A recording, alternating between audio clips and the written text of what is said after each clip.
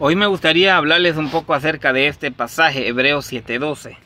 Dice, porque cambiado el sacerdocio, es necesario que haya también cambio de ley. Entonces, es importante ver que sí, la Biblia claramente dice que hubo un cambio de sacerdotes, ¿verdad? Entonces vamos a ver ese cambio y quién reemplaza, ¿verdad? Porque cuando el escritor de los Hebreos habla de sacerdocio, está hablando de que Aarón, ¿verdad? Aarón fue el primer sumo sacerdote y todos sus hijos fueron siendo sacerdotes. Entonces, ¿quién reemplazó a Aarón? Vamos a ver, y espero que ustedes puedan analizar y analizar en este detalle, en este pasaje y en algunos versículos más del mismo libro de los Hebreos, en el mismo capítulo 7. Espero que pueda ser de utilidad esta información y considérenlo porque Dios habla claramente al respecto. Solamente que hay que tener mucho cuidado. Bueno, entonces les ruego que pongan atención a esto en Hebreos capítulo 7, donde inicia diciendo dos clases de sacerdotes. Veamos, ¿cuáles son esas dos clases de sacerdotes? Hebreos 7, 11 al 14 dice: Dios le dio la ley al pueblo de Israel. Esa ley se hizo pensando en que los sacerdotes de la familia de Leví ayudarían al pueblo a ser perfectos. Pero como aquellos sacerdotes no pudieron hacerlo, fue necesario que apareciera un sacerdote diferente, vea usted. Uno que no fuera descendiente del sacerdote Aarón, sino como Melquisedec. Porque si cambia la clase de sacerdote, también cambia la ley.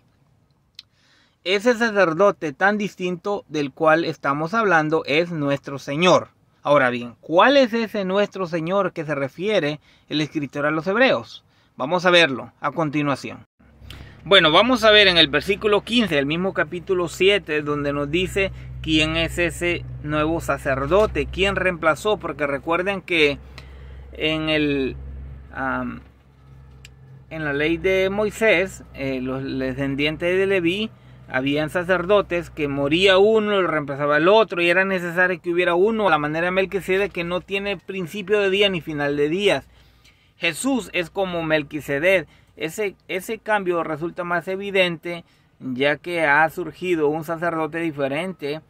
Es como Melquisedec. Jesús llegó a ser sacerdote, no por cumplir con la ley del requisito de pertenecer a la tribu de Leví, sino por el poder de una vida que no puede ser destruida, es decir, de alguien que no muere. Entonces, y el salmista señaló cuando profetizó: tú eres sacerdote para siempre según el orden de Melquisedec. Está hablando de Jesucristo.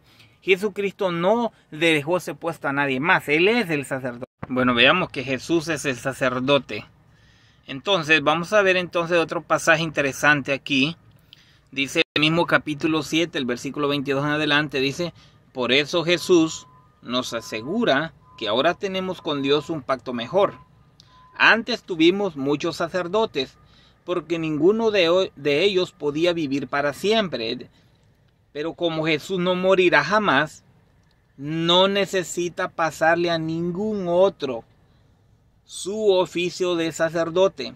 Note usted este detalle, el versículo 24 dice: pero como Jesús no morirá jamás, no necesita pasarle a ningún otro su oficio de sacerdote. Jesús puede salvar para siempre a los que por medio de él quieren hacerse amigos de Dios, pues vive eternamente y siempre está pidiendo a Dios por ellos. Así que esa es la razón importante y principal por la cual hubo ese cambio de sacerdotes. Y ya no tenemos más sacerdotes porque Él vive para siempre. No hay que reemplazarlo.